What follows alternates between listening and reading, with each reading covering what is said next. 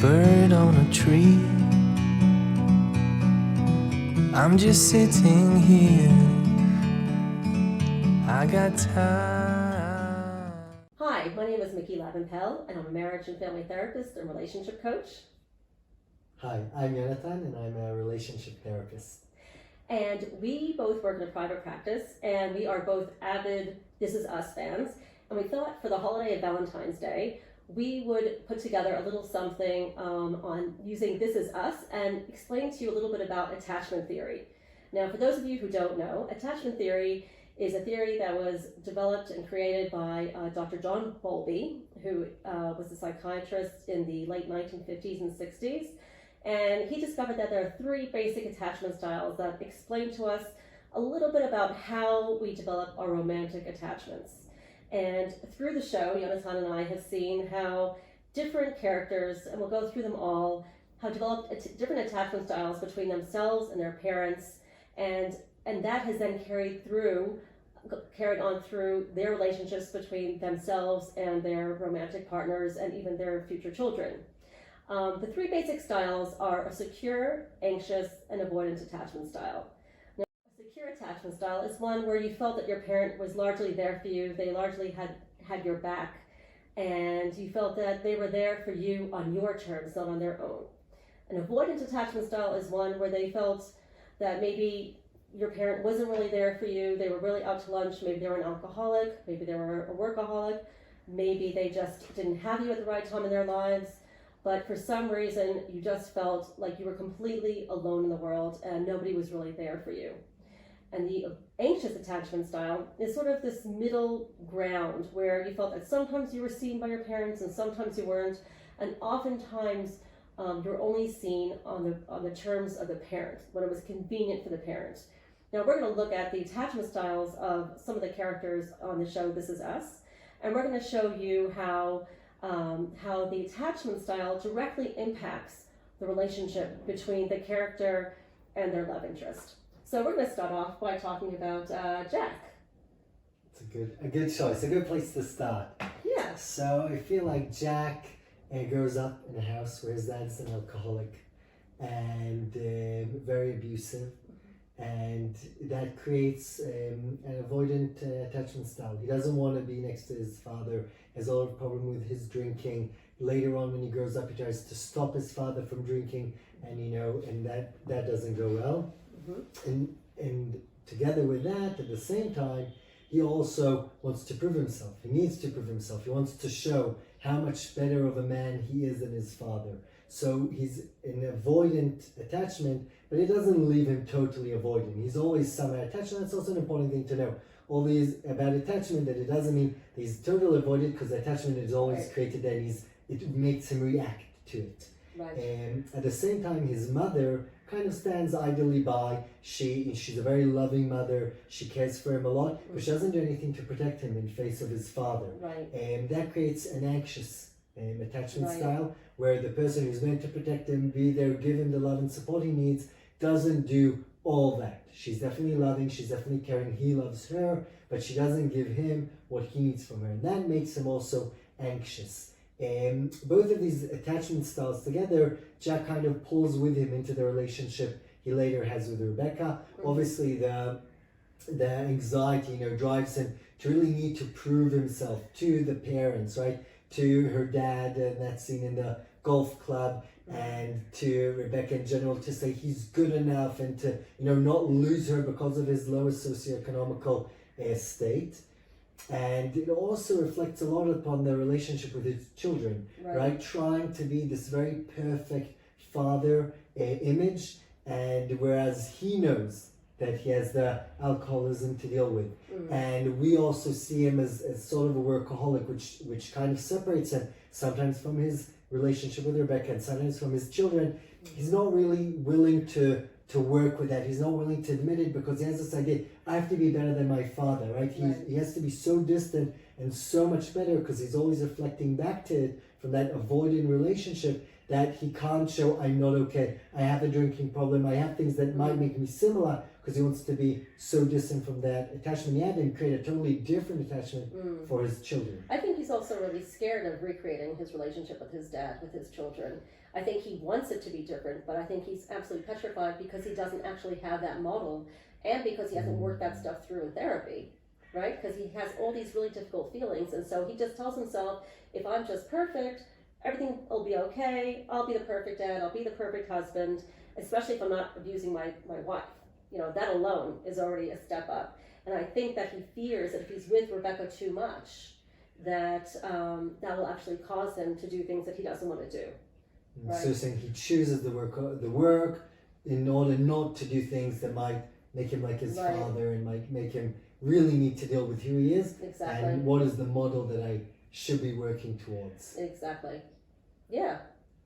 And how about Rebecca? Rebecca comes from a very overprotective home almost, right? Two very strong parents, very conservative parents, right? We see it also in the golf club and in general things that happen in her life. And we'd almost expect, or I don't know if you agree, I'd almost expect to see an avoidant behavior, an avoidant attachment, right? There was so much forcefulness and coercion on her growing up that we might almost see her fighting for independence, wanting to be totally the opposite of that attachment style that she had in her home. But I feel like it's almost the exact opposite. Yeah. She's very afraid of losing, the relationship she has with Jack, and she's much more afraid of losing her children, right? That attachment that she got, she actually brings into her relationship, and especially towards her children, the whole relationship with Kate and how much she wants to force her to talk to her and be communicative and be similar to her and do like her, etc. And in general, and I can't think of a specific now scene, but think a lot about these scenes when Jack and Rebecca are lying in bed together at the end of the day, and she's like, did I do the right thing, and was this good enough, and why didn't they talk to me, and what's going to be up there, and the more the kids grow up, the more they want to become independent, and the more she chases them, clings to them, exactly. And there must be some also anxiety there, right? Something anxious in the attachment she had, and now she's bringing it into the relationship. And I'm assuming you're going to talk also about the scene with a singer, right? Right. Yeah. I mean, the fact that she really wanted to become a singer, and she was really finally feeling like, okay, the kids are big enough, I could now forge my own plan in life, and I could do that. And then, of course, she has this whole drama where her co-singer starts up with her, and she's able to defend herself, but then she kind of decides, she's at that point where she's like, you know what, I can't deal with this garbage. I just need to go home and be with my kids. And, of course, Jack comes in, and then she hinges all of her angst about going out and becoming a singer onto Jack, and she sort of blames him for the fact that her career is over, and she doesn't really take responsibility for what she really wants. And I think she's really caught between two different things. And she just doesn't know how to forge those two. And it's a very, very, especially the life of a singer. I mean, you could just imagine it's got to be a really hard thing to be, on the road and be a mom simultaneously, especially with a husband like Jack, who's, works so many hours a day and without any childcare and so on. You can imagine back in the 80s in America, there probably weren't many childcare options and things. So it must have been a really hard thing. And so then what we see Rebecca do is she just throws it all in and decides, that's it, I'm going to be a career mom, right? And being a career mom, what that means is that she feels that her whole sense of self, her whole existential self is really about being the perfect mom, right? And so she's doing a crap job at that, well then she's really in a bad space, isn't she? What else defines her if not children? But it just makes me think, taking from the TV show about Us, right, because this is us, and how hard it is to break out of those, the attachment that you saw, that you had. And even though, she wanted to be different, and that's, part of what we see when she chooses Jack against what her parents want. Right. But she really runs back to exactly the same patterns that her mother had before her and how she was raised. And you spoke before about the models we have. They didn't have other models. How hard is it to model other behavior or act some way when the models we have so strongly in our childhood are ingrained in us? Yeah, and without a lot of therapy, a lot of introspection and reflection, what ends up happening? We end up recreating the same patterns again and again. And that's the most dangerous thing that we learned from the show. And that's just from Jack and Rebecca. And now we can move over to Miguel and Rebecca, where they have a completely different relationship style, where Rebecca's already older, her kids are out of the house, things are a lot more chill for her. She now doesn't really feel the need to define herself through her children anymore, but her relationship with Miguel ends up being about her, grieving over what she had with Jack. And Miguel and Rebecca just kind of cling to each other in a way where they just want to keep Jack's memory alive between themselves, and that's really the glue that holds them together. And this is a time in their lives when they could do so much, they could do anything. And Miguel's family completely rejects him, unfortunately. They seem to blame him for the divorce between him and his first wife. And so he then clings to Rebecca's family. And then, it's kind of ironic. This is a time in their lives when they're young, of course, before Rebecca develops Alzheimer's, right? They could just go off and travel and do their own thing and be who they are. But what do? They just end up, really becoming full-on grandparents, which is a lovely thing. Don't get me wrong. I think, it's a wonderful choice, if it actually is a choice. And that is something I really wonder about their relationship. Is choosing to be so involved with their children really their choice, and do they have enough of a life? And we do hear a little bit about how she's into her gardening and things like that, which is a wonderful thing to do. I'm a big fan of gardening, for people who know me, right? But the question is, did Rebecca really get to be who she wanted to be? And I was talking about this morning with a friend of mine, and she said, the way that the show portrays Rebecca as an older woman is this very boring person. And it's you kind of wonder, why did they make the future Rebecca so dull and so drab? When she was she was a hot mama. She was really a very attractive woman. She was really, beautiful in so many different ways, and they made her kind of drab. And I think it's really very, very reflective in the choices that she made, that there wasn't a lot of reflection in the choices that she made, and she just did a lot of dull things, and Miguel kind of joined with her on that.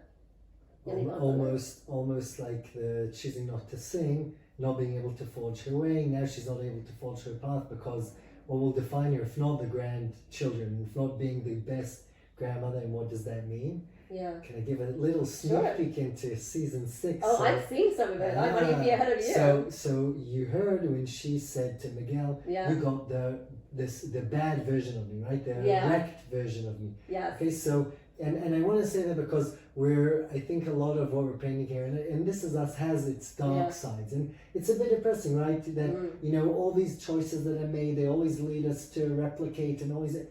But on the other hand, what happens when she has this low self-esteem moment? She just looks at her life, and I think she sees a lot of what you just said. I'm a drag. I'm not a good version of myself. I was a hot mama, and now I'm just what am I? And Miguel says to her, no, I got the best version of you, right? This is who I want to be with. This is who I who I love, and we still have all this future in front of us, and we can do great things. And I think to shift to a bit more of a positive space, and it lacks that introspection you talk about, and that's so important. But it's you can look at it also in a positive ways, and you can say, well, I'm here to be the grandmother because that's what defined it. Or you can say, we're building here something beautiful. It's a second chapter. Rather than being alone, we've come together, and all these things that life has happened to us.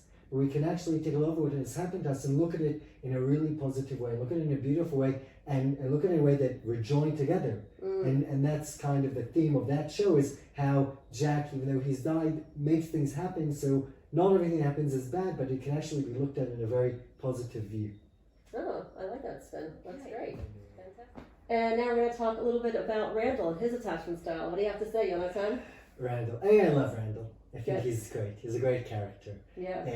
As I said, I think Jack is very much the perfect father, and very, not able to really deal with emotions. I think in Randall we see somebody who's much more emotional. We see him go to therapy and understand at some point that he really needs it. We see him cry a lot. So I think he's very personable. On the attachment side, I know we disagree about this. I think it's almost disorganized. I know you'll say it's heavily anxious.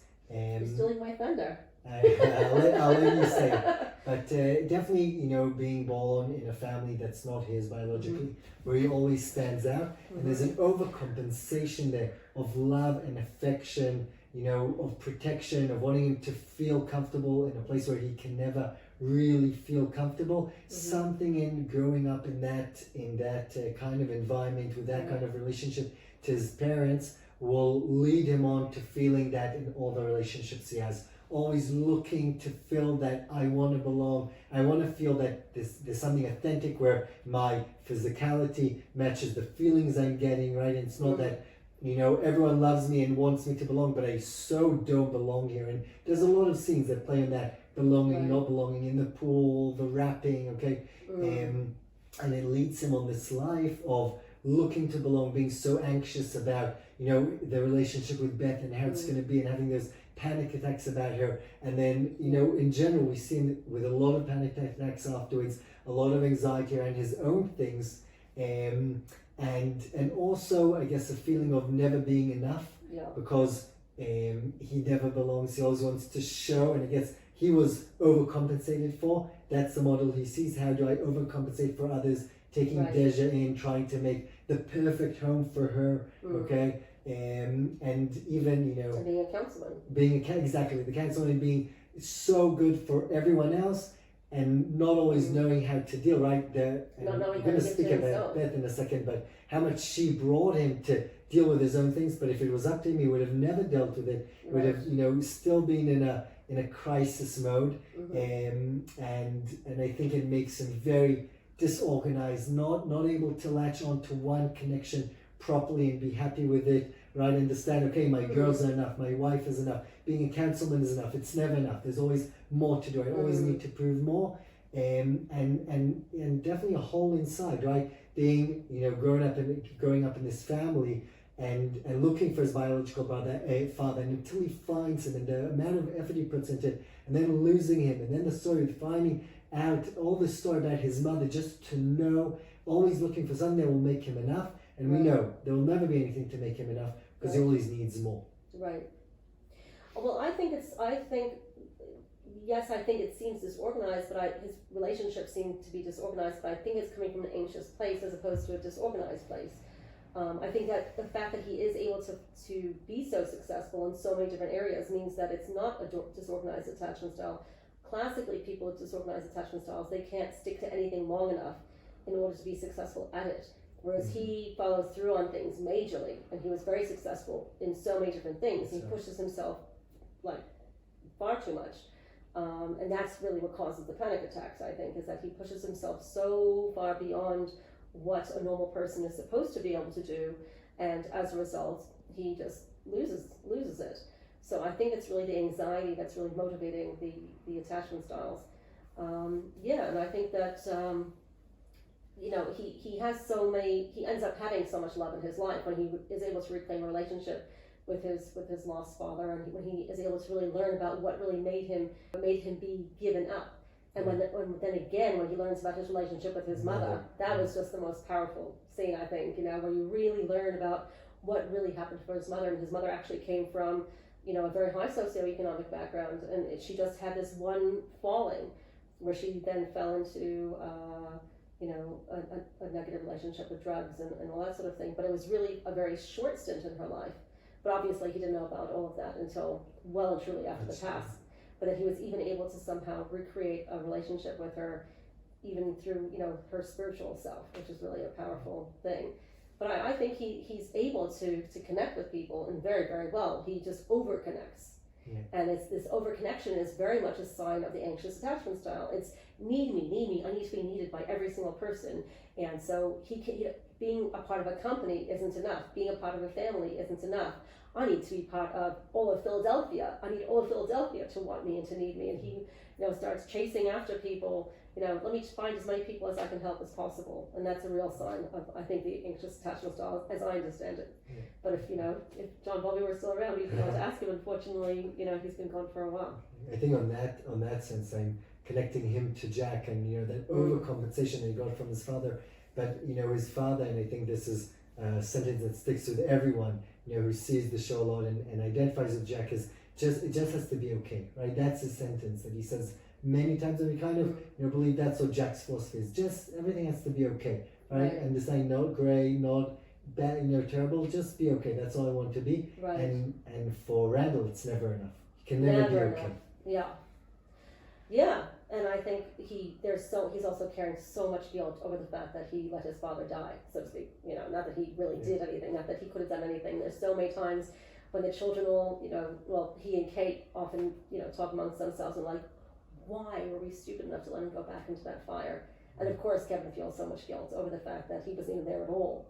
And that's something that can't really ever be spoken about. And then that, of course, causes the whole friction between Randall and Kevin. But we digress. Okay. We could talk about this forever. Okay, let's Beth. see. Who up to next? Oh, yes, Beth, Yeah, of course. Beth. So, Beth comes from a very stable relationship, especially with her mother. Her father dies when she's not too young, but younger. But her mother is a very strong character, right? She's an educator. She's there. She does many things that for Beth feel like she's quenching her dream of being a dancer, and but they're a constant in her life. She's present. She has a very secure attachment style. And I think the secure attachment style between Beth and her mother, even taking her through that very dark period of her father's death, allows Beth to be that character that everyone wants to be like. And she's just she knows what to say. She knows how to act. She doesn't let things make her reactive. She has her own self. She forges her path. She changes her career. She knows when she wants to be home. She knows when it's their time to be out. She's able to downsize and live with it without too many regrets. Right. She's I think a very constant, secure part. She's what grounds Randall and allows him to continue, I guess, growing. Exactly, doing it, but growing and again touching that more emotional side of himself. It's through because he knows he has the security. No matter what he does, he will always have her there. She will be there, and she's a safe haven. And I think in that sense there's a lot to look up to, understanding as a parent and thinking about her mother. And there's some contentions there between her when she comes to live during COVID and Randall also understanding that to be a secure parent doesn't mean that you're always loved. It doesn't mean that your kid will say, I understand what you're doing for me now and I appreciate it so much, but knowing that in the long term I'm doing it really because I believe that's what's best for them and having their best interests at heart. And we saw some contentious moments between Beth and Randall, didn't we? Where they could have really fallen apart. Yeah. And then how did they get through that? Do you remember? I don't remember. Remind me, Vicky. Well, I think what happened was they kind of lost themselves, and then what happened was they were each realizing that they were going their own separate ways, like they were each going through their own traumas of who am I kind of thing, and then when they were able to remember who they were as individuals, right, they were able to be more differentiated and be themselves. Then they were able to get back together. But it was also Rebecca that helped out as well, right? Rebecca gave Beth a little bit of a talking to, and she gave Randall a bit of a pep talk, and she sort of helped them both, to sort of see how much they love each other and how they have so much to fight for, right? And I think it was just a very brief stint, and I think it actually happened right before their house was broken into, if you remember. Yeah. And it's interesting that when their house was broken into, that was the thing that really pulled them together, because it was like, holy crap, I have got to keep my family safe. I cannot get my finger off the pulse here, because he was starting to lose it. And that was what got him back into therapy and got him to realize that, hang on a minute, I've got a lot to fight for here. I've got this beautiful wife. I've got these lovely kids. They need me. And if I can't be for myself, then who's going to be here for me? And so he realized he's got to really work on his attachment. So there's differentiation and attachment here. It's all interconnected. All right. And now on to Kevin Pearson. So I think that Kevin had a largely, you're laughing about. The nanny, yes. I think Kevin had a largely anxious attachment style. I think there's really no debate about that. Yeah. He definitely had it hard where, his parents gave so much attention to Kate and to Randall. And I think that they kind of thought that Kevin was sort of a standalone piece. Like they thought that he didn't really need much help from them. He seemed like such a star on his own. He was so social. He was always able to attach to so many different people.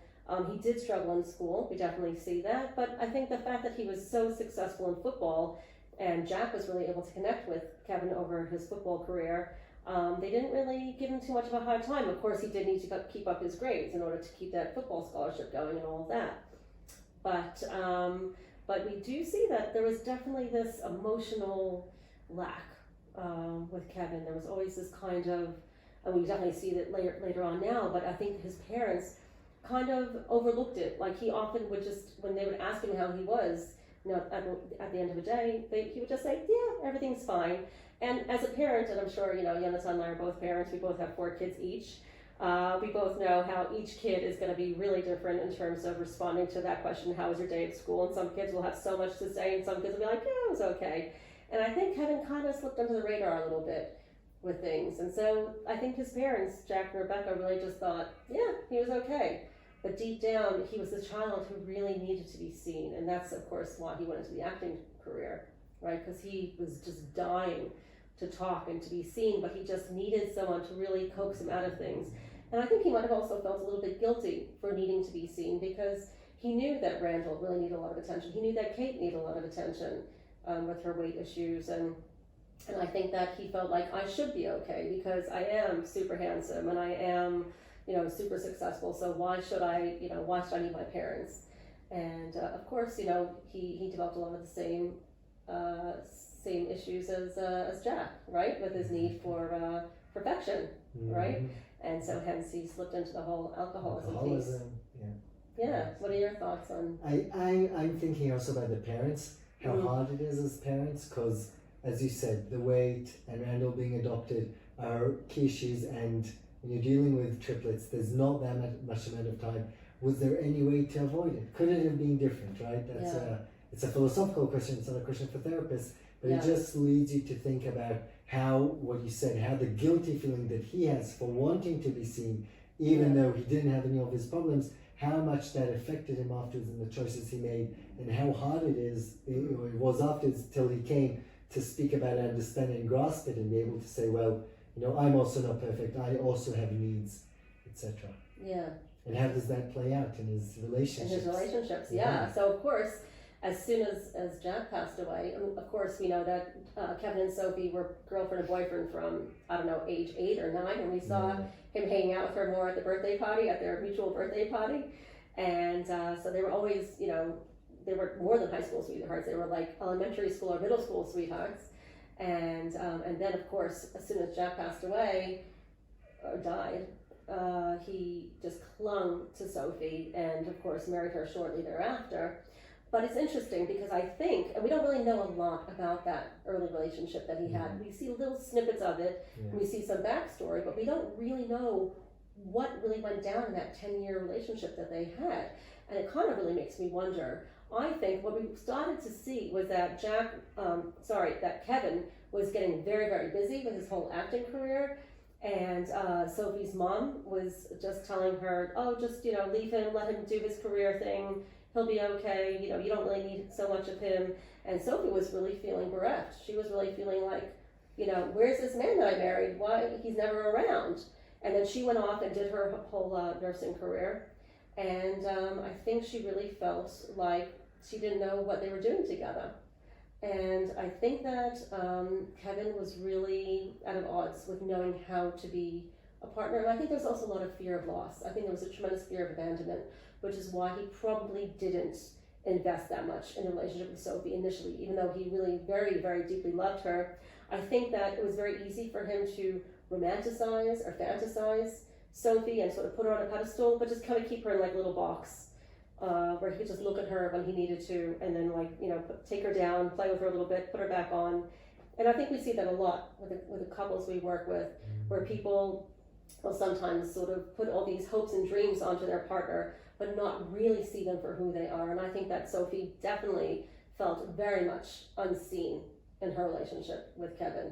A lot of it, I'm just going to, I think to bring the attachment piece into, a lot of it is because of the romanticizing he did to his parents and their relationship, and what he wanted and dreamt about because of their relationship, and what happened to his father, and how amazing everything became afterwards, how he would obviously do that. I think it's something that plays out in a lot of things he does because of his father, because how amazing they were. I dreamt that I would always be there for my kids, and now I can't be. We're going to speak on Madison, but in that relationship also. And the pedestal is not just because, objectifying Sophie just because of what she is, but because of what he experienced, the model he had, or made himself to think he had, Yeah. and trying to relive it now. Exactly. So I think that it's very easy to fantasize, and especially after the fact. And I think that Jack died at a very interesting point in their lives. I mean, imagine Jack had survived. Would they have seen their parents as having this ultimate romance as they had? Or was it only because Jack died at such a young age that they were able to put him on that pedestal and see him as the ultimate father, when we realized he actually wasn't the ultimate father? He actually didn't make a lot of time for them. He had pockets of time for them. He was the fun dad who was able to come in and be there for them at times, like on the weekends, or, you know. Going into the cabin, knowing what to say, the right sentence at the right time. Yeah. But is that realistic, right? How Exactly. realistic is it? Exactly. And so just bringing it on to his relationship with Sophie. So Sophie, her attachment style was one where we don't really know a whole lot about her. We know that her father sort of seems to have disappeared, so she was really just raised by her mom. I think her mom was one who really tried to give her a lot of attention and tried to be there for her and give her some sort of secure attachment. But then we have this whole abandonment thing with her dad, and I think that the fact that Kevin was in and out of her life a lot was a very big source of pain for her, because I think that she really thought that she was going to do it differently with Kevin, and he was going to be there for her and really stay rock solid. And the fact that Kevin couldn't keep up with that was very, very disappointing for her. So the only option she had was to ask for a divorce. And so that's why that relationship fizzled out. And then, of course, we know a little bit about Kevin's other relationship with Zoe. Right, we know just a very little bit, and we saw how Beth has a little chit chat with Kevin as she sees him starting to have a relationship, and she warns him off, and she says, Kevin, this is not going to work out. Zoe is not a relationship person. She's a hookup person. She could be there, you know, you could have great sex with her, everything like that, but this is not going to be a relationship. If you're up for a relationship, which you say you are not, this is not going to work. And he says, oh, no, this is going to be great. It's going to be fine. And he kind of sees her, she's kind of like a, you know, what do you call it? A sidebar relationship. There is another word for it. It's not coming to me right now. What are those relationships that you have when you're kind of in between people? You know what I'm talking about? There is a word. Rebound. That's the word. Thank you. Okay. She's sort of his rebound in a way, but he really falls pretty hard for her. And she's a very attractive woman. They have so much in common. They're both into film, and she's usually on the other side of the camera from him. But she's someone that he was really able to objectify in her beauty, and they had a very bonding time when they went to Vietnam, and he learned more about what happened with his dad over there, and she had her own experience in Vietnam, and then they decided to move in together as soon as they came back. And of course, as soon as they came back, he decides he wants to have a real relationship, and guess what? She's not up for it. She just wanted to live together, not do the family thing, and that's when he really had to scratch his head and say, Am I really down for just a relationship with somebody without a family? And that's where that story ends. Right. The pedestal, the anxiety around, who am I and what defines me? And my parents are like this, I have to be like that. There's no other way. Yeah. And that's really when things really go south for him, where he really decides, that alcoholism completely consumes him after the relationship. There's no running away from things anymore. And that's where he really hits rock bottom. And then just as things start to kind of clear up for him, he develops that good relationship with Nikki. He meets that lovely woman who's just PTSD from the army. They have a little fling, but they realize that's not going to really be anything too serious.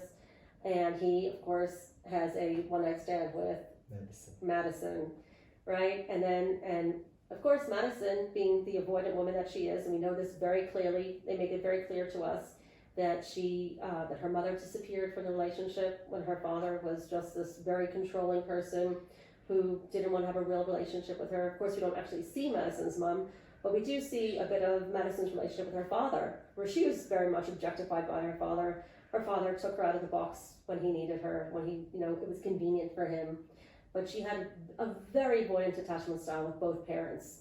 And she had decided, unless a man is really ready to see me and love me all out, I'm not having this.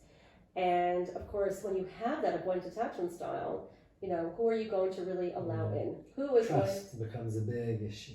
Completely. And she feels so much pressure from Kevin because she knows he objectifies people. She knows he romanticizes and fantasizes about the women that he's with. and that she knows that he comes from this, as she says, a long history of love stories, right? Yeah. And of course, I think she feels a tremendous amount of pressure that she's not going to be able to live up to his expectations, and I think she's worried that she's not going to be able to fit the bill eventually, when things start to, or that he won't be able to love her as she wants or needs or believes, that she can handle. Right. Yeah, something like that. And so, of course, that whole story falls apart, sadly, on the day of their wedding. They didn't even make it all the way. But it feels like they're very strongly connected by virtue of the fact that they have the twins. I mean, that is a very connecting, bonding thing. They don't have a tremendous amount of other things that really connect them. But that's a huge thing for people. To have children together is something that, that's a huge bond that not everybody gets to have. It's a very precious bond. And it's something that they do have. But Kevin, he could have just said, on the day of the wedding, yes, I will love you. It will be okay. And he just can't do it. He just can't commit to that. And I think you said something nice to me before about Madison on that day, kind of foreseeing it, which was very telling about avoidant people. How you could have known beforehand it would have happened, right? Right.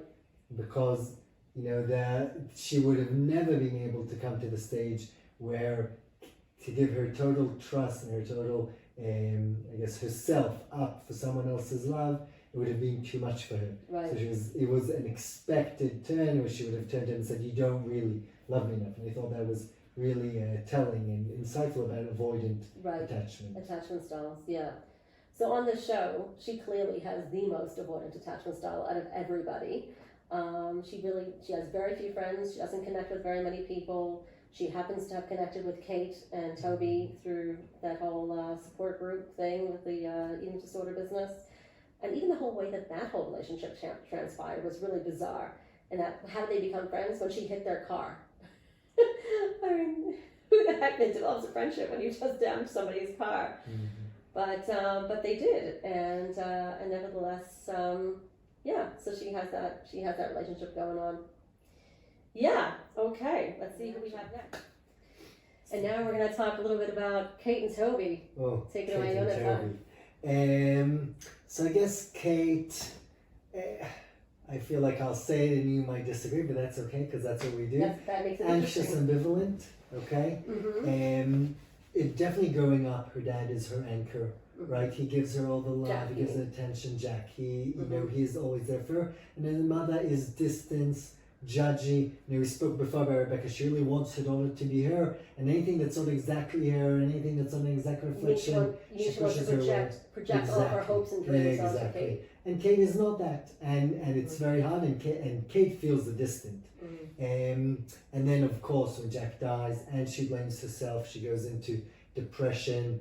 She starts taking antidepressants. When that stops, she starts eating, and that's her eating disorder starts there in a major way, and she's really looking for somewhere to belong in the world, feeling that the only thing that anchored her to her family, because it wasn't her mother, disappeared. And in that sense, she's always the one, and I think we see this in many scenes, trying to bring together when Kevin and Randall are fighting, she brings them together and trying always to promote the family and really that brotherly, the big three. She keeps on saying the big three, because that's what she's trying to save her from, the attachments that she was eating, the family she grew up in, the attachment she had, because her father's gone and her mother wasn't there. And I think, looking at her character develop, and we see this kind of back and forth, it's the anxious ambivalent really comes out when she asks for love, right? She's like, a lot of scenes around that time after her dad dies, where we see with her mother, she's so alone, she's so depressed, she so much wants love. When she gets it, especially from Rebecca, she doesn't give it back. She doesn't know what to do with it. She can't accept it. It just makes her spiral more. And she also brings that a bit to the relationship with Toby. He does. So before we even get to the relationship with Toby, I'm just remembering. Sorry, this is just popping in my head. Do you remember that the bad boy she goes for, right? That she meets in the record shop. Yeah. That is. I don't remember what the heck his name was, and he's not even worth remembering because he was a disaster. He comes back afterwards, right? We meet him at the end during Corona. She goes and confronts him. Oh, I think I might have missed that one. I'm going to have to look for that. Good one. Oh, I totally missed that. But what was interesting about that attachment, that connection that she has with this music shop guy, is he's the bad boy, right? And that is the classic person that the anxious attachment person goes for, is the bad boy, right? And she doesn't get any love from him. She gets nothing from him. He totally treats her like a schmata. He does seem to be interested in her a little bit, and then slowly that erodes. And you realize what's going on, and then of course we have a huge blow up that happens in the cabin, right? Her sacred place gets completely destroyed by this guy. And I think it was her favorite cup that she really loved, that really held her attachment between her and her father. And she begged him, please don't use that cup. And then everything that made her completely see him for who he was. But getting back to Toby. And I think that's a good sign, because it doesn't change the way she feels about herself, right? Because why do I deserve love? I don't deserve love. I'll be with this really bad relationship because I don't deserve anything better, because I never had a place and was never seen. Everything is gone, and the self-loving, self-care that comes with the as you said before, introspection and therapy, and the need to understand that the relationship can be over, but she has to fix the place within herself to accept more. And I think that when she comes to the relationship with Toby, she's a bit more able to accept, but even there we see a lot of him giving her love and her not always accepting it and not always knowing it and deflecting it onto the children and to others, and still not, and maybe the only place where we see it is that, and it's not even attachment, but their relationship with the blind children, right? Something that's, it's not a relationship, it's not two people, but there you really feel like she can accept the love, she can give over the love in a total way. She's seen her who she is. Exactly. And sadly, maybe she feels that it's because they can't really see her, they're not going to judge her. And they don't judge her because they just get to see what she says and how she's with them, and there's no vision. She can't sabotage it. Yeah, exactly. And in that sense, Toby plays into Kate and into Kate anxiety, because he also comes from an anxious attachment, and his parents don't even come to the wedding, and they're definitely a missing piece, and he lives his whole life by, I need to prove to Kevin, because she has this big short brother, and I need to be funny, and I need to be this, and I need to prove to her, and I need to, there's this whole episode where it's like the Miguel, Beth and Toby, and you're saying about what it is to be married to a person. Okay, but he's the most anxious then. He's the most about proving and needing to be the outsider who comes in, and what's going to happen if they reject me, and even his depression, right? And we see him go off his medicines for a bit, and it really spirals him, and he's able to come back. He's able to take control. He's even able to take control of his weight at some point. He starts, working out, exercising, but he's never ever willing. We never feel like he's totally comfortable with who he is. He's totally comfortable with being a dad or a lover, or that anxiety plays in. And in that sense, it makes sense that Kate is with somebody like that who can never fulfill everything, because maybe she wouldn't know what to do with it because she's so anxious about it. Yeah. And I'm also interested in how, when Toby goes away, when he takes that job just after Corona, and he gets, I think that actually, in some ways, is very good for her, because she's able to have that distance that she kind of needs. She doesn't want it, but she tells herself she doesn't want it, but she really does like to have the distance, and she likes to be able to have her children all to herself, because that's what she knows. That's the relationship that she's lived with her parents. Coming down from her mother to her, what defines me, right? And she's starting to go that path, and it's going to be interesting to see how the show develops. Will she able to keep on her music career? Because she does forge away, and she has said about the bunch of. There is a sort of, this is what I want to do, and I'm doing something I love outside of the home. What will happen with that? Yeah, absolutely. We will wait and see. And now we're on to, last but not least, we're on to Deja and Malik. Yes, so Deja, as some of you know, is Randall and Beth's adopted daughter. She first starts out as a foster child when her grandma dies. And what we see with Deja is that she has a very healthy relationship with her grandmother. She was a real support in her life. Her mom was in and out of jail, and so her grandma was the one who largely looked after her. Dad disappeared. Her dad never was part of the picture. I don't think he was ever part of the picture. I don't even know if she knows who her father really is, because her mom had so many different partners to support her drug habit, and that was sort of a way of her, I guess, I don't know if it was part of her drug habit or what it was, but we don't know who her father is, and so she had no attachment style whatsoever, or she had an avoidant attachment style, I would say, with men, up until Randall comes in, and she really fights that relationship Yeah. tooth and nail. Like Randall tries to be so safe and so supportive, and she fights him and fights him, and he just says, I'm not gonna let you go. I'm gonna fight you to the hilt. And even when her mom tries to take her back, and Randall realizes this is not gonna work out very well, he lets that go for a little while, and then of course, unfortunately, her mother fails once again. But Randall and Beth are there to pick up the pieces. So they have been amazing, secure forces in her life. But the fact that she has that early attachment style, that anxious style with her mom, and the avoidance style with her original father, it's still, playing in the back of her mind. And so, of course, she meets this lovely Malik, who is so there for her. He has such a beautiful attachment style with his own parents. His own partner disappeared and left him to raise their little girl. And he's a very doting, wonderful father. And his parents are very doting, wonderful grandparents. They show that they're very supportive. They put their foot down when they need to, and they're firm. And that firmness is really what he needs. That's what any good, secure, attached parent does. When the kid's not behaving, not doing what they need to do, you need to just put that foot down sometimes, right? I'm sure Sam and I have to do that sometimes with our kids when they start to misbehave, because that's what a securely attached parent does. And so Deja has this wonderful relationship with Malik, but it is a little bit challenging for her sometimes. What do you see? I'm just thinking about at the beginning of our conversation, we spoke about how hard it is to break the attachment styles. We spoke about Randall, we spoke about Rebecca and Jack even, and because there's no modeling, and here Deja got the opportunity to see a new role model and to attach herself. And even though you're right, it's always going to be in the back of her minds, she's able to give trust, she's able to get make that next step, which is so hard for her, as you said, fighting so much against Randall, but almost, and here we're in the therapeutic space, almost that relationship is a therapeutic relationship, which allows her then to trust Malik, to go to him in Boston. And as we said, we're giving sneak peeks of season 6, but that's what happens. She's able to say, I now trust you fully, never trusted anyone before, but that's definitely because of the therapeutic relationship that, as you said, Beth and Randall, who was always there for her. And also, I think that they believed in her, they were still firm, there were still rules, but they really allowed her to grow in a healthy way and allow her to be who she is. And I think, the firmness, which we spoke about, as Beth growing up with that firmness and Malik's parents growing with that firmness, is a firmness that comes with putting the foot down, but doing it out of belief that we're really doing what is best for our child. Yeah, absolutely.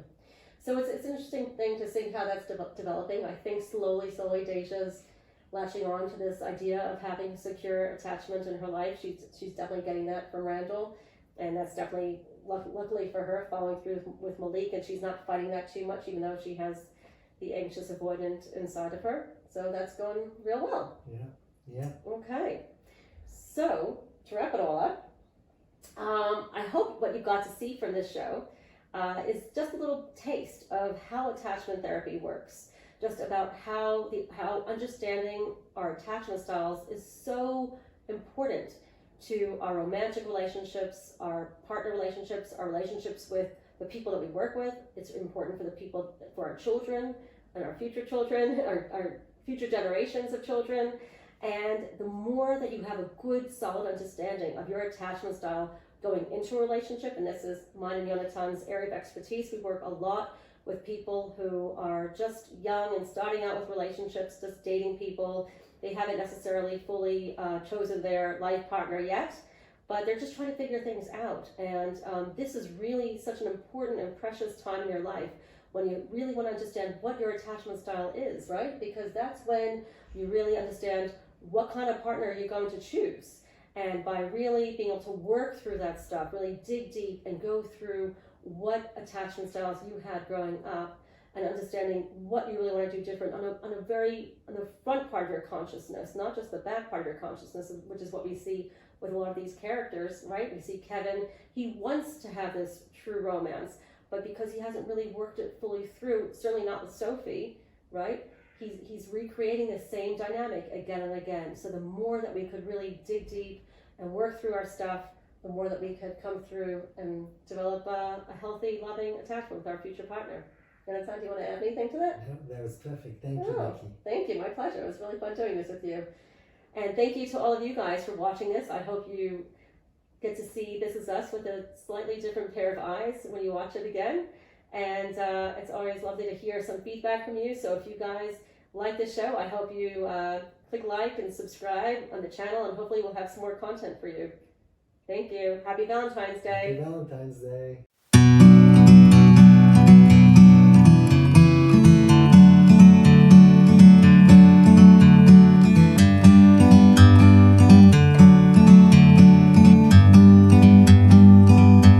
Like a bird on a tree, I'm just sitting here. I got time,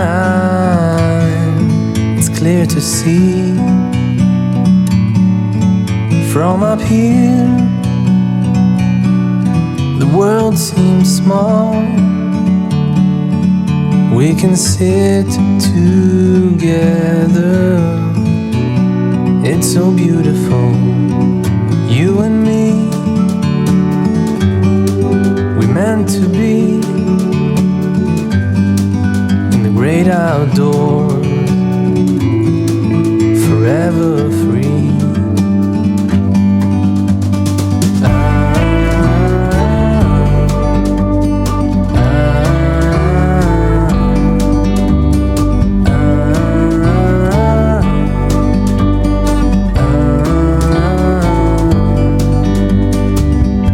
Sometimes you need to go